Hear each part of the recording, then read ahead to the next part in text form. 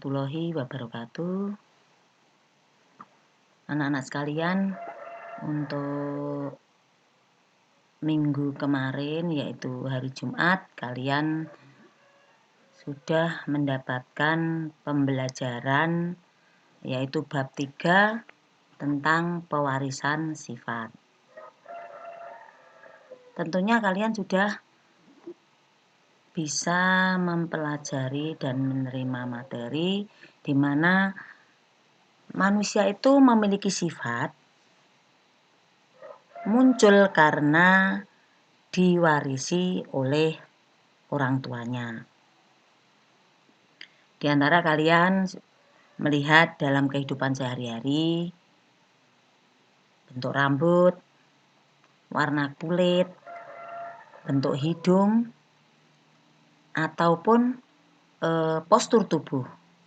Semua yang kalian miliki itu didapatkan dari induk atau orang tua.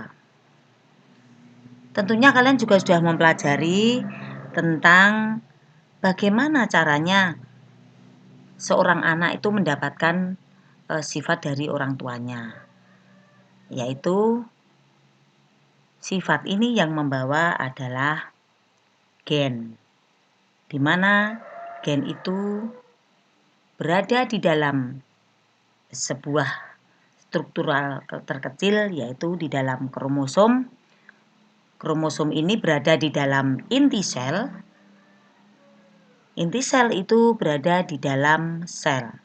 Di mana sel yang membawa kromosom atau membawa inti sel ini itu berada di dalam tubuh makhluk hidup, yaitu khususnya manusia, bisa juga kita bicarakan pada tumbuhan. Untuk gen-gen tersebut, mestinya kalian juga mempelajari ada gen yang bersifat dominan atau menang atau gen yang menutupi sifat yang lain. Ada juga yang gen ditutupi oleh sifat yang lain. Sekali lagi, gen yang menutupi ini disebut gen dominan. Gen yang ditutupi itu gen yang ditutupi atau bisa disebut resesi. Di sini kelanjutan dari materi kemarin yaitu tentang pewarisan sifat pada makhluk hidup dan kelainan yang diturunkan. Jadi kenapa hal ini penting kita pelajari anak-anak? Karena biar kalian memahami mekanisme adanya perbedaan atau variasi antar makhluk hidup dan bagaimana pewarisannya kepada anaknya. Jadi di sini kalian harus mengetahui kenapa di bumi ini kita melihat ada variasi-variasi yang terdapat pada fisik makhluk hidup itu. Pewarisan sifat yang pertama akan kita bahas yaitu pewarisan sifat ini tentang pewarisan warna kulit. Mestinya kalian juga sudah tahu bahwa di bumi ini atau mungkin di Indonesia itu ada orang atau manusia memiliki warna kulit yang bermacam-macam. Ada warna kulit yang gelap atau bisa disebut hitam, ada yang coklat, ada yang berwarna terang atau putih, ada yang mungkin istilahnya sawo matang. Nah, warna-warna kulit ini bisa didapatkan memang dia karena memiliki gen-gen yang berbeda. Nah, di sini ada juga pewarisan sifat manusia di mana ada sperma ketemu sel telur di mana sperma ini kemungkinan dari gen sperma seorang laki-laki yang memiliki kulit yang berbeda dengan seorang perempuan. Maka di sini dibahas di mana hasil dari beberapa persilangan ini mestinya sudah dipelajari di minggu kemarin, di mana di sini ada pasangan alela A, B, C, A, B, C, begitu. Pasangan di sini disepakati gen pengkode warna kulit adalah gen A, B, C. Gen ini mengkode pembentukan pigmen kulit, yaitu pigmen melanin. Melanin menyebabkan warna kulit menjadi gelap. Variasi atau alternatif gen warna kulit atau alela, pasangan alela itu seperti ini, yaitu A kecil, B kecil, C kecil. Jadi dalam satu pasangan alela, jika ini menggunakan A besar, maka pasangannya harus A kecil. B besar, pasangan alelanya B kecil. C besar, pasangannya alela C kecil. Jadi penggunaan seperti itu. Orang yang memiliki gen A besar, B besar, B besar, C besar, C besar, itu akan memiliki kulit yang sangat gelap. Sedangkan yang memiliki gen A kecil, B kecil, B kecil, C kecil, C kecil, memiliki kulit sangat terang. Apabila orang yang memiliki gen campuran, A besar, A kecil, B besar, B kecil, C besar, C kecil, memiliki warna kulit sawo matang atau tengah-tengah. Anak-anak perlu perhatikan, jangan bingung kenapa pakai A, B, C, ini hanya kesepakatan saja. Jadi kesepakatan para ahli untuk membuat kode. Jadi kalau ada seperti ini, kulit hitam disilangkan dengan orang yang berkulit putih. Kita bisa menyepakati kulit hitam itu menggunakan kode H besar, kulit putih menggunakan kode H kecil. Nanti tergantung kesepakatan untuk menulis dalam persilangan. Jadi ini jangan dipermasalahkan. Nah, kembali lagi di sini kenapa kok muncul sawo matang? Kalian mestinya sudah diterangkan bahwa persilangan itu di sini kalau ada A besar berarti ini memiliki sifat menang, A kecil ini memiliki sifat kalah. Maka jika A besar dijajarkan atau ketemu dengan A kecil, kok di sini muncul sawo matang atau tengah-tengah warnanya, maka A besar ini tidak menang, A kecil tidak kalah. Itu namanya sifat intermediat. Jadi anak-anak, diulangi Putri, bahwa kulit hitam ketemu kulit putih bisa anaknya berkulit hitam. Kenapa? Gen warna A hitam ini menang, namanya dominan. Yang A kecil ini resesif, kalah. Maka kalau A besar, A kecil muncul, maka ini bisa menyebabkan turunannya berwarna kulit hitam. Tetapi ada yang A besar ketemu A kecil, anaknya warnanya sawo matang atau tengah-tengah. Maka bisa disimpulkan A besar ini tidak dominan, A kecil tidak resesif, tidak kalah. Maka terjadi percampuran atau bisa disebut intermediat. Maka jangan kaget bahwa di dunia ini ada warna kulit hitam, ada warna kulit putih, ada sawo matang. Nah, karena hitam ini menang, kalau putih ini resesif, kalau sawo matang berarti saat ketemu hitam tidak menang, putih tidak kalah atau bisa disebut intermediat. Gitu. Kemudian di sini ada contoh. Ini ada anak albino. Albino ini sebetulnya adalah kelainan bawaan yang merupakan kelainan di mana seseorang ini tidak memiliki pigmen atau zat melanin.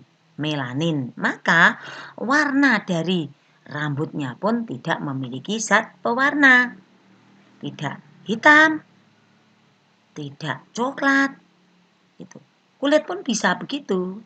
Jadi tidak memiliki warna. Beda. Albino dengan terang itu beda. Nah, albino dengan terang itu berbeda. Seperti kulit Tionghoa itu bukan albino itu, ini kulit bersih begitu. Di sini, albino merupakan kelainan yang disebabkan tidak adanya warna zat atau pigmen yang disebut zat melanin. Orang yang mengalami kelainan ini pada umumnya mempunyai ciri fotofobia atau takut cahaya. Pigmen melanin berfungsi untuk melindungi dari sinar ultraviolet. Nah, kenapa di sini itu muncul gen penyebab albino bersifat resesif A kecil? Orang yang mengalami kelainan ini memiliki genotip homozigot A kecil. Orang yang normal memiliki genotip homozigot A besar. Dan yang menjadi pembawa atau karier memiliki genotip heterozigot A besar A kecil. Berarti ini masalah albino anak-anak. Jangan disamakan dengan pewarnaan pada normalnya gitu. Kalau ada kulit H besar ketemu H kecil, ya. H besar ketemu H besar hitam, H besar ketemu H kecil coklat atau sawo matang. H kecil itu bisa bersifat kulit putih. Tetapi di sini berbeda dengan albino. Jadi berbeda sekali dengan albino. Albino ini mestinya di sini ada nanti tulisannya al begitu. Jadi berbeda. Kulit terang dengan kulit albino itu berbeda. Ya. Sekarang pewarisan sifat cuping telinga. Jadi cuping telinga itu yang orang-orang miliki itu yang bagian letak yang dilubangi, yang dipakai letaknya anting-anting itu ada yang melekat pada kulit muka kita begini, ada yang langsung ada delawernya itu ada cupingnya itu agak panjang begitu. Ini pun juga bisa dampak keturunan. Jadi di sini menggunakan kode G. Jadi cuping telinga itu ada yang cuping telinga terpisah atau kode G-nya G besar atau yang disebut terlepas dan gen G kecil ini untuk cuping melekat. Intinya ada yang delawer, ada yang tidak delawer. Yang delawer itu terpisah namanya, yang tidak delawer melekat. Ini bukan penyakit, ini cuma kelainan bentuk saja. Seperti hidung pesek itu kan bentuk saja. Jika seseorang yang memiliki gen G, baik G besar G kecil, G besar G besar atau G besar kecil akan memiliki tipe perlekatan cuping telinga terpisah. Sedangkan yang memiliki tipe perlekatan cuping melekat itu gennya G kecil. Nah, ini juga diwariskan dari induknya. Dan bentuk rambut. Kalian tahu, ini perhatikan pada gambar. Kalian mesti pernah melihat rambut di sekitar kita, yaitu rambut keriting. Ini rambut lurus. Ini mesti kelihatan sebetulnya ini perpaduan. Jadi gen keriting ini kalau bisa disepakati, ini pertemuan antara gen K besar. Jadi di sini K besar. Nah, begini.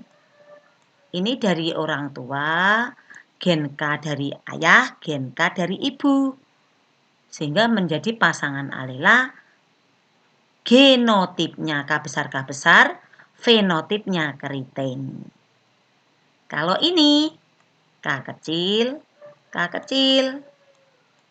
jadi gen orang tua diambil K kecilnya dari bapak, dari ibu K kecil, sehingga muncul gen resesif K kecil disebut pasangan dominan. Ini disebut pasangan genotip, ini disebut fenotip atau sifat yang tampak menjadi rambut yang lurus. Sedangkan yang ini itu dari orang tua K besar mendapatkan pasangan K kecil. Mungkin ini dari ayah, mungkin dari ibu. Maka muncul yang disebut campuran atau intermediat. Munculnya rambut umba, begitu.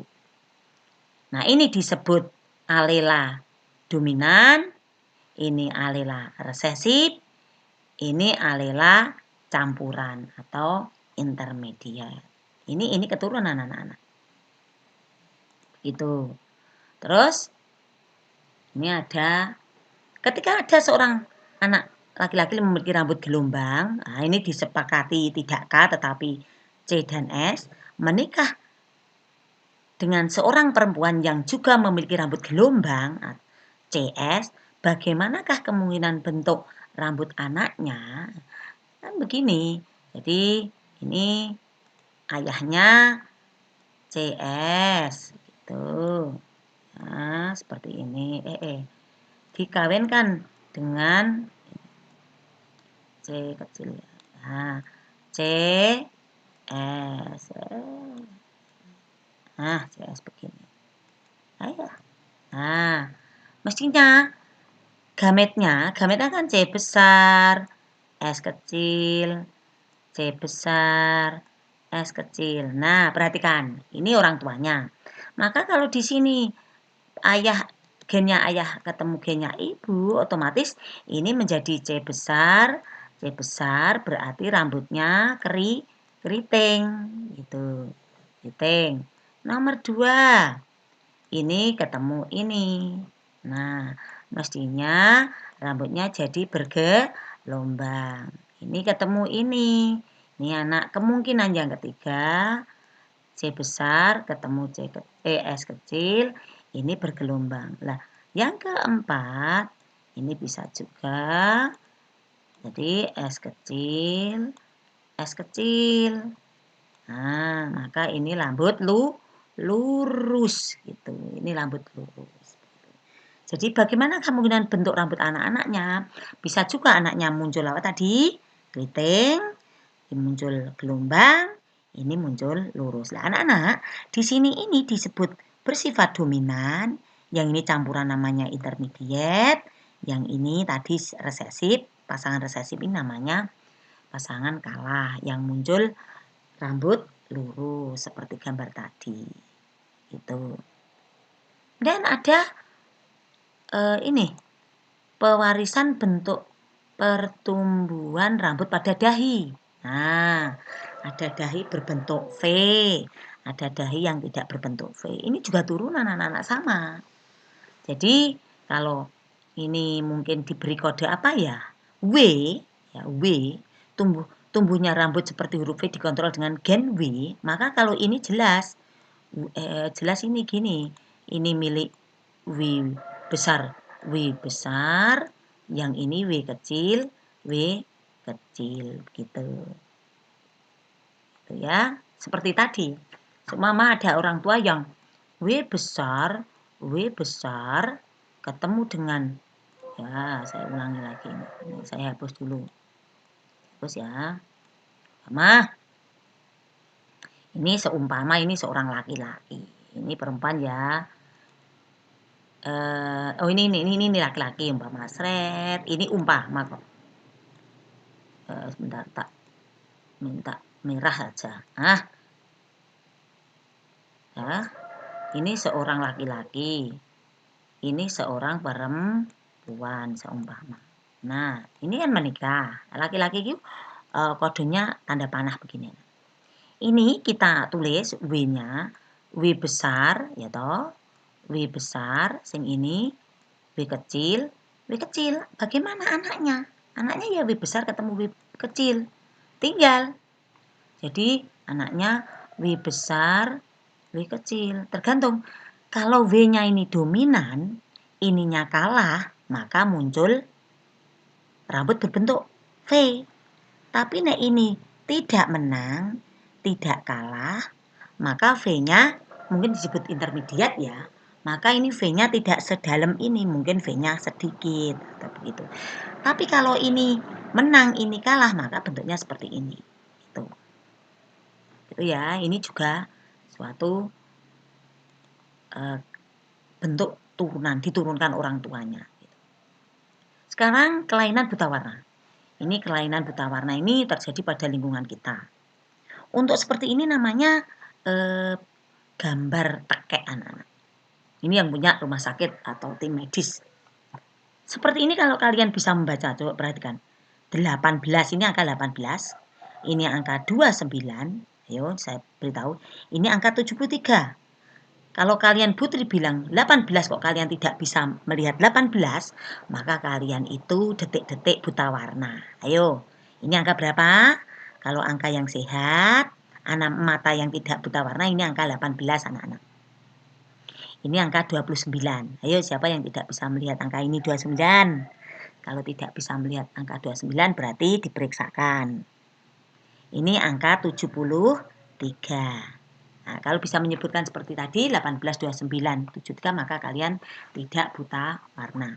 Buta warna bahasanya Inggris itu color blind. Blind itu buta, color itu warna.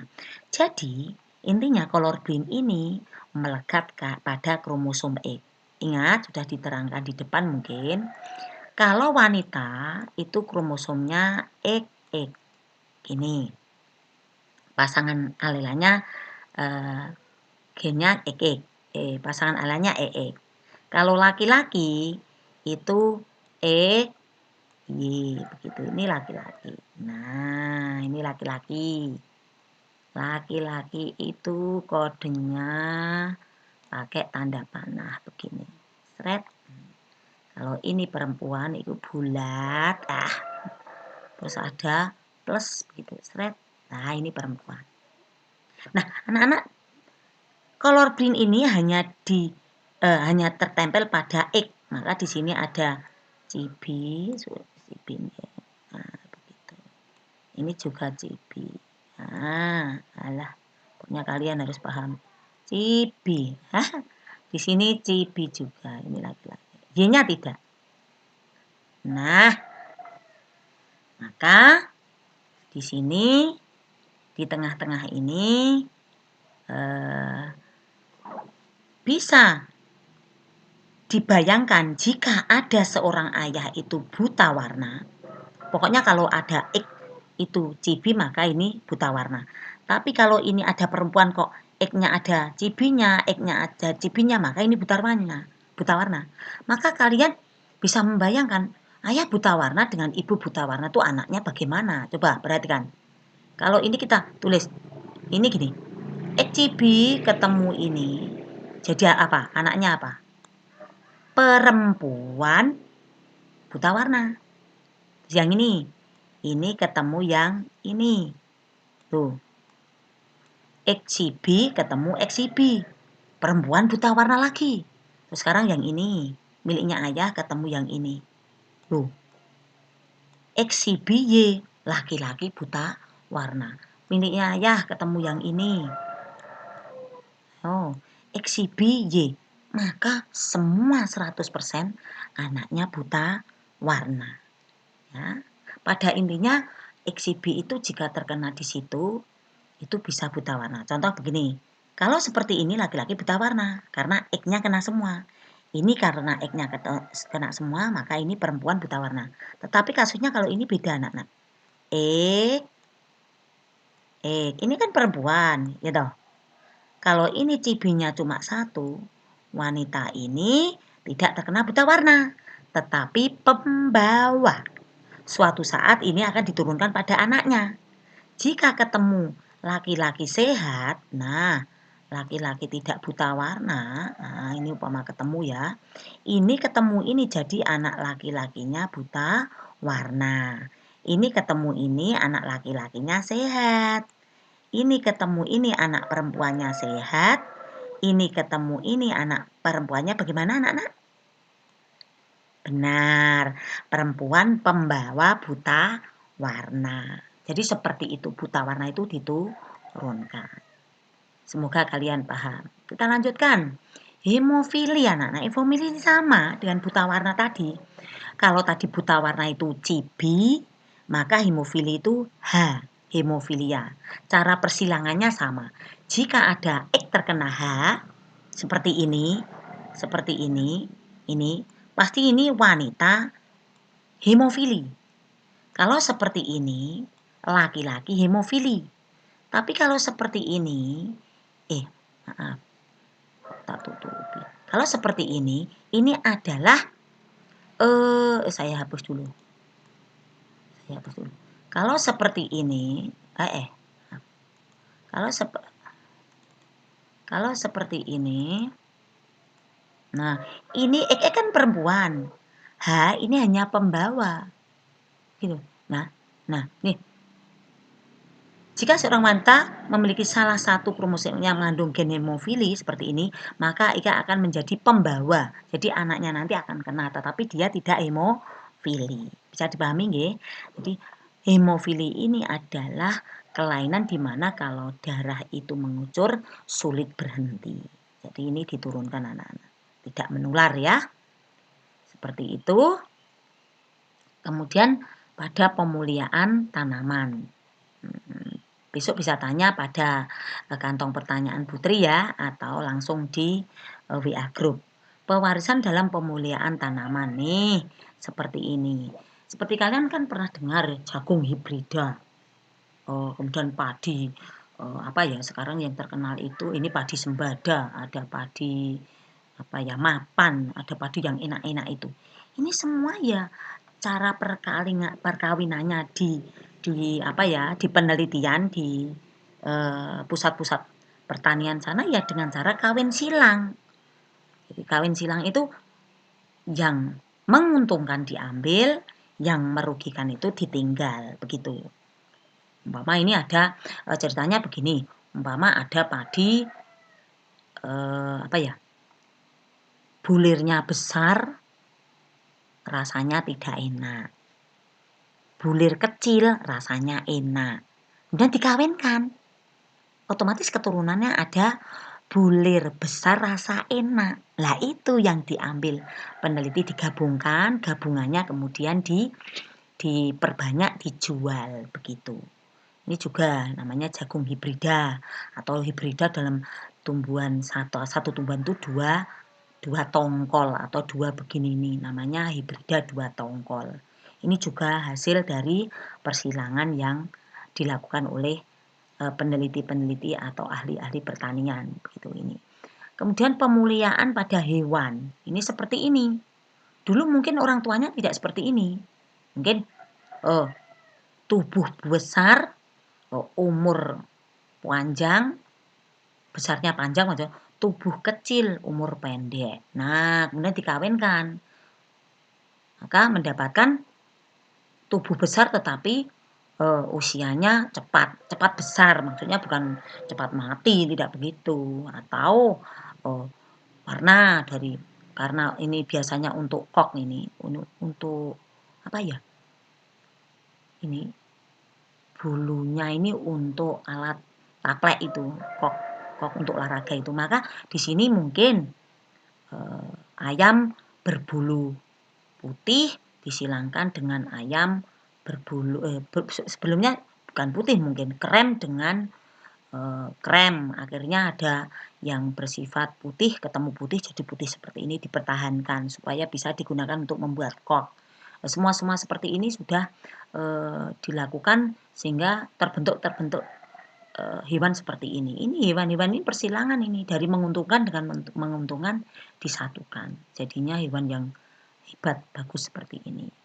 Nah, seperti itu anak-anak dari contoh-contoh seperti itu. Nah, nanti untuk tugas akan Putri berikan di kelas 9A sampai E, kemudian 9 lainnya akan diberikan oleh Bapak Ibu guru yang lain. Biar penilaiannya itu pas, tidak dinilai oleh guru yang berbeda dari guru kelasmu. Begitu anak-anak ya.